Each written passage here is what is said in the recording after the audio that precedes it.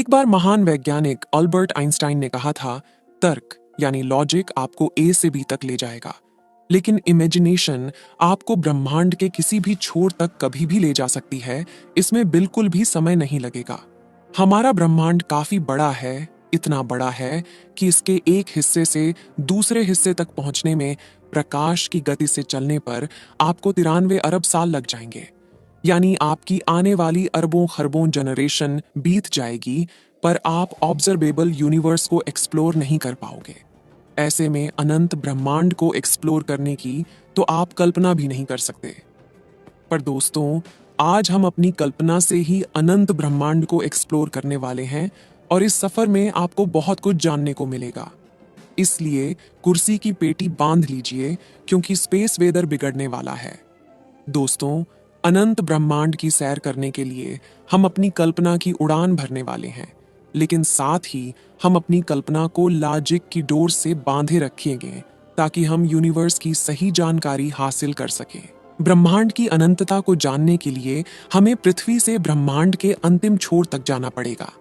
इसलिए हमारे सफर की शुरुआत हमारी प्यारी पृथ्वी से होती है। हमारी पृथ्वी, जिस पर हम सब रहते हैं, वह करीब 13,000 किलोमीटर की चौड़ाई में फैली है और पिछले 4 अरब साल से जीवन को अपने साथ लिए यह पृथ्वी सूर्य के चारों ओर घूम रही है। हमारा सूर्य हमें लेकर गैलेक्सी के सेंटर के चारों ओर घूम रहा है। पिछले 4 अरब सालों में सूरज ने अभी तक सिर्फ 20 बार ही गैलेक्सी के केंद्र के चारों ओर चक्कर पूरे किए हैं। ऐसे में आप समझ सकते हो कि गैलेक्सी कितनी बड़ी है। अगर हम पृथ्वी से सूरज की तरफ चले तो हमें 15 करोड़ किलोमीटर की दूरी तक चलना पड़ेगा। एक इंसान के पैदल चलने की स्पीड लगभग 5 किलोमीटर प्रति घंटे की है। अगर एक नॉर्मल आदमी सूरज तक पैदल यात्रा कर पाए तो उसे सूरज तक पहुंचने में 3,425 साल लगेंगे। लेकिन अगर हम प्रकाश की गति से चलेंगे तो हमें सूर्य तक पहुंचने में मात्र 8 मिनट का समय लगेगा। सूर्य खुद हमें लेकर 200 किलोमीटर प्रति सेकंड की रफ्तार से चल रहा है, लेकिन हमारा सूरज जिस गैलेक्सी में घूम रहा है वह खुद अपने अंदर ऐसे 100 से 400 खरब तारों का घर है। और यह इतनी बड़ी है कि इंसानों द्वारा बनाए गए सबसे तेज ऑब्जेक्ट यानी पार्कर सोलर प्रोब, जो कि लगभग 7 लाख किलोमीटर प्रति घंटे की रफ्तार से चलता है, उसे इस गैलेक्सी को पार करने में 20 लाख साल का समय लगेगा और सबसे तेज यानी प्रकाश की गति से 1 लाख साल का समय लग जाएगा। लेकिन प्रकाश से तेज गति संभव ही नहीं है, इसलिए हम अपनी कल्पना की उड़ान से आसानी से मिल्की वे के बाहर आ चुके हैं। दोस्तों, हम आपको बता दें कि मिल्की वे गैलेक्सी अंतरिक्ष में लगभग 600 किलोमीटर प्रति सेकंड की रफ्तार से चल रही है। यानी इतनी बड़ी गैलेक्सी ब्रह्मांड में कछुए की चाल से चल रही है। हमारे यूनिवर्स में करीब 200 अरब गैलेक्सी मौजूद है और इन सभी गैलेक्सी में अरबों खरबों तारे भी मौजूद हैं।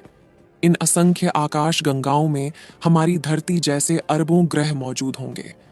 हम एक संभावना जता सकते हैं कि इतने अरबों गैलेक्सी में एक ऐसा ग्रह भी हो सकता है जो बिल्कुल हमारी पृथ्वी जैसा हो और जहां हमारी तरह जीवन भी हो। अगर हम और आगे चलें तो हम अपनी कल्पना से ब्रह्मांड के बाहर पहुंच जाते हैं और हम देखते हैं कि हमारा यूनिवर्स 93 अरब प्रकाश वर्ष में फैला हुआ है, जिसमें सभी गैलेक्सी मौजूद है। और आप जानकर हैरान हो जाएंगे कि यह यूनिवर्स खुद भी लगातार फैल रहा है। हम इंसान इसे ऑब्जर्वेबल यूनिवर्स कहते हैं, यानी कि हमारी धरती से हम जितनी दूर तक ऑब्जर्व कर सकते हैं वह ऑब्जर्वेबल यूनिवर्स है। लेकिन यहाँ आकर कहानी खत्म नहीं होती, बल्कि वहीं शुरू होती है। सवाल ये है कि जहाँ पर हम खड़े हैं, क्या वह यूनिवर्स इतना ही बड़ा है? क्या इससे आगे कुछ नहीं है? वैज्ञानिकों के अनुसार हमारा यूनिवर्स ऑब्जर्वेबल यूनिवर्स से 250 गुना ज्यादा बड़ा हो सकता है। दोस्तों, अभी तक हम ब्रह्मांड को इससे आगे नहीं जान पाए हैं, लेकिन सवाल यह है कि यूनिवर्स के बाहर क्या है? क्या यह यूनिवर्स खुद अनंत है, यानी इससे बाहर कुछ नहीं है, बल्कि यह यूनिवर्स खुद ही अनंत है? ये फिर इसके आगे और भी ऐसे कई यूनिवर्स हैं? वैज्ञानिकों के अनुसार यह संभव है कि हमारे जैसे और भी कई यूनिवर्स हो सकते हैं, यानी हम सब मल्टी यूनिवर्स में रहते हैं अगर हम सब मल्टी यूनिवर्स का हिस्सा है तो हम एक ऐसी रियलिटी में रहते हैं जहां अनंत संभावनाएं हैं, यानी एक अनंत ब्रह्मांड जहां बुलबुलों के जैसे दिखने वाले अनेकों ब्रह्मांड मौजूद हैं और अनंत में तैर रहे हैं। लेकिन जब हम इस अनंत की बात करते हैं तब हमारे सामने एक ऐसी बात है जो आपके होश उड़ा देगी। एक अनंत ब्रह्मांड के होने का मतलब है संभावनाओं का ही खत्म हो जाना, क्योंकि संभावना सीमित क्षेत्र में होती है, अनंत में नहीं। जब अनंत की बात आती है तो आप सिर्फ यह सोचकर रह जाते हो कि अनंत वही है जिसका अंत नहीं है। लेकिन आज की इस वीडियो में आप अनंत को फील करने वाले हैं कि इसका असली मतलब क्या है। यह आपको डरा भी सकता है और आपकी आंखें खोल भी सकता है। दोस्तों, ब्रह्मांड के अनंत होने का मतलब यह है कि अनंत ब्रह्मांड में हर प्रकार की चीज मौजूद है। अनंत ब्रह्मांड में हमारी पृथ्वी जैसी दिखने वाली एक नहीं, बल्कि अनंत पृथ्वी यहाँ मौजूद होंगी। न सिर्फ दिखने में समान, बल्कि हूबहू ऐसी पृथ्वी जिस पर बिल्कुल हमारी पृथ्वी पर रहने वाले लोग और सभी देश मौजूद हों। चाहे वह हर इंसान की पूरी जिंदगी की कहानी हो, वैसी अनंत पृथ्वी वास्तव में होंगे जिनमें रहने वाले लोगों की जिंदगी पूरी तरह आपसे मिलती हो। मतलब न सिर्फ आपसे दिखने में समान, बल्कि उनकी जिंदगी में भी वह ही चल रहा हो जो आपकी जिंदगी में है। लेकिन इसी के साथ इसकी अलग वैरायटी भी अनंत में मौजूद होगी। यानी अगर आप किसी मिशन में फेल हो गए हो तो इस अनंत में कहीं किसी कोने में आपका एक वर्जन उस मिशन में सक्सेसफुल भी हो रहा है। यानी आपके मिशन का अजीब होना संभव है, न कि असंभव है, क्योंकि किसी यूनिवर्स में आपका ही एक डिफरेंट वर्जन उसे अचीव कर पा रहा है। अनंत की एक दूसरी सच्चाई है कि आपके ही जैसे दिखने वाले अलग अलग प्रकार के वर्जन अनंत में मौजूद होंगे।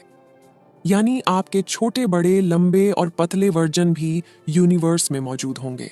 हो सकता है आपका एक वर्जन किसी यूनिवर्स में डॉक्टर है तो किसी यूनिवर्स में एक्टर। इस तरह आपकी ही अलग अलग वैरायटी दुनिया में मौजूद होगी। अनंत का एक और सच ये है कि जिन फिल्म को आप देखते हैं और जिनमें बताया जाता है कि इनका वास्तविकता से कोई संबंध नहीं है, वह अनंत में जाकर सच हो सकती है। कम से कम उनका कुछ भाग कहीं किसी दुनिया में मौजूद रियलिटी हो सकती है। पृथ्वी पर इतिहास की जिन किताबों को आपने पढ़ा, वे इतिहास कहीं किसी अनंत दूरी पर मौजूद ग्रह पर वर्तमान में घटित हो रहा है। यानी अनंत ब्रह्मांड होने का मतलब है अनंत रियलिटी का एक एग्जिस्ट करना। यहाँ आप जानकर हैरान हो सकते हैं कि अनंत में हमारा पास्ट, प्रेजेंट और फ्यूचर कहीं ना कहीं इसी समय एक साथ अस्तित्व में है। लेकिन अगर हम बात करें अनंत ब्रह्मांड में जीवन की, तो न सिर्फ अनंत में जीवन होगा, बल्कि विचित्र प्रकार की इंटेलिजेंट लाइफ भी अनंत में मौजूद होगी। क्योंकि हमारी धरती पर जिस तरह लाइफ का इवोल्यूशन हुआ है, उसी तरह किसी अन्य ब्रह्मांड में इवोल्यूशन ने विचित्र प्रकार के जीवों को जन्म दिया होगा। अनंत ब्रह्मांड में ऐसा ग्रह भी होगा जहां चींटी के अंदर इंटेलिजेंस हो और इंसानों में इंटेलिजेंस ना हो।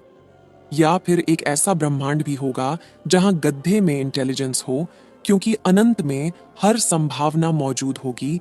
अनंत ब्रह्मांड में ऐसे जीव भी होंगे जो हमसे ज्यादा इंटेलिजेंट हो, जिनके सोचने की क्षमता हमसे काफी अधिक और काफी तेज हो, जिस वजह से वह इतनी पावरफुल भी हो सकते हैं कि वह अपने सूर्य की पूरी ऊर्जा का उपयोग कर पा रहे हो या एक गैलेक्सी की पूरी ऊर्जा का उपयोग करने में सक्षम हो। अनंत में ऐसे जीवों ने समय को भी समझ लिया होगा और वे एक ब्रह्मांड से दूसरे ब्रह्मांड में जाने में सक्षम होंगे। अगर उन्होंने प्रकाश से तेज चलने की तकनीक खोज ली तो वे टाइम ट्रैवल जैसी तकनीक में भी सक्षम होंगे। अनंत ब्रह्मांड अनंत संभावनाओं को सत्य साबित करता है।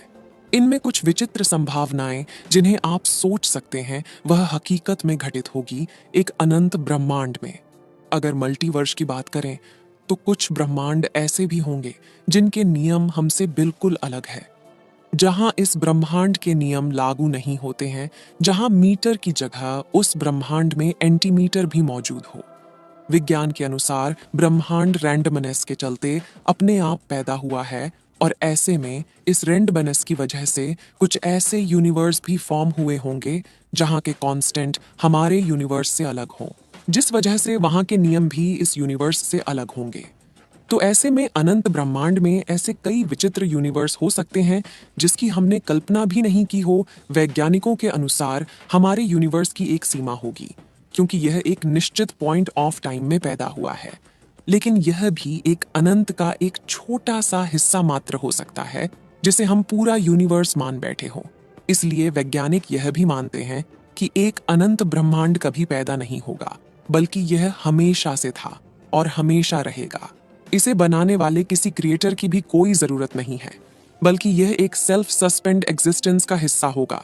लेकिन अब एक सवाल जो आपके मन में चल रहा होगा, अगर ब्रह्मांड अनंत है तो इस अनंत ब्रह्मांड में हम इंसान किस वजह से मौजूद है? आखिर हम यहाँ क्यों एग्जिस्ट करते हैं? हमारा मकसद क्या है?